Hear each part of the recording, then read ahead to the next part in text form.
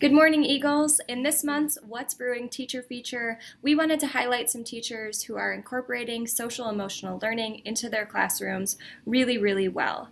Social emotional learning is important for our students because it helps them build the skills that they're going to need to be successful in school and in life. Skills like how to work well with others, how to regulate emotions, and how to make responsible decisions are all skills that are going to help our students well beyond the walls of Lakes Community High School. If you're looking for more ideas on how to incorporate social emotional learning into your classrooms, feel free to stop by the tea room or reach out to any of the colleagues that are featured in this video. We hope you enjoy. So I try to incorporate SEL into my classroom by really focusing on building relationships with my students. The students that I have in the alternative school room are generally, haven't historically played school very well. So I try to spend a lot of time making school a more enjoyable place for them. And I do that by taking the time to get to know them, building trust. And I found that once those students know that you're on their team, and I say that to them all the time, I'm on your team. I know you don't want to listen to me, but I am on your team. I'm trying to help to make sure you graduate. And once you get that trust and they know that you're on their side, they will do almost anything for you. I mean, they will do the work even though they don't want to. They will, behave even though maybe sometimes it's really hard because of something that happened at home. I try to show them.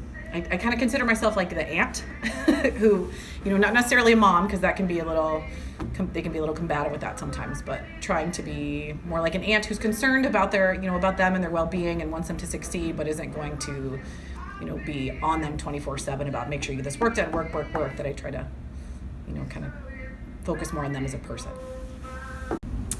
Using SEL in the classroom is something that's important to me. Teaching health and PE, we see them in a much more interactive and open environment.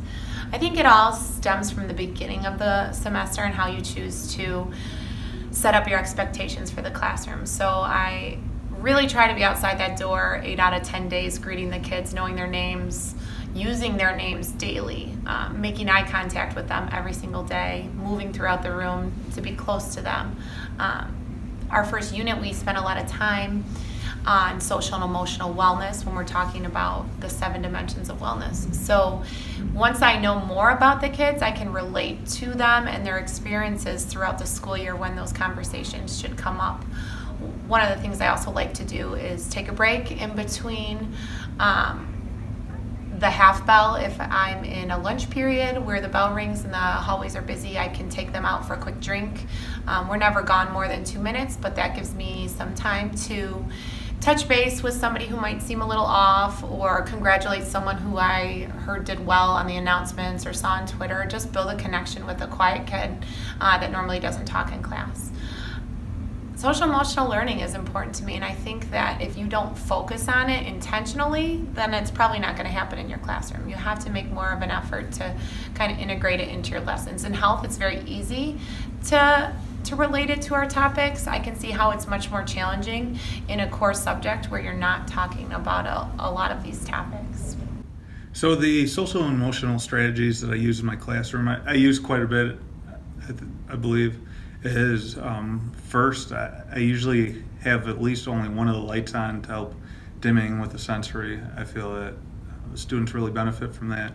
The other strategies that I try to use is, if you walk into my classroom and look above the whiteboard, is I have steps drawn out of what the students need to look up to pick up their point sheet, to look at what's the next step of. Step 2 is starting the warm-up. Step 3 is completing the warm-up. And the students, it's really easy to say to the student, hey, what step are you on? The other thing I like to do is let the students lead the class during the warm-up. I think that helps build those skills that they're going to need throughout high school, but also outside the walls when they get into the workforce. I do think it's very important to build relationships in class, so I try to put the students in as many opportunities to collaborate and to communicate with each other as possible. And we do that not only in the classroom, but we'll do that outside the classroom with doing incentives when the kids earn it and combining that with Adventure Ed. The other thing I like to also do is, if the kids are having a rough day, is I'll stop class and we'll sit down and we'll talk and figure out what's going on, because showing them that they're important and their needs are important is critical than just what lessons being taught. We hope you enjoyed this month's What's Brewing teacher feature. Thanks for watching, Eagles, and we'll see you in the tea room.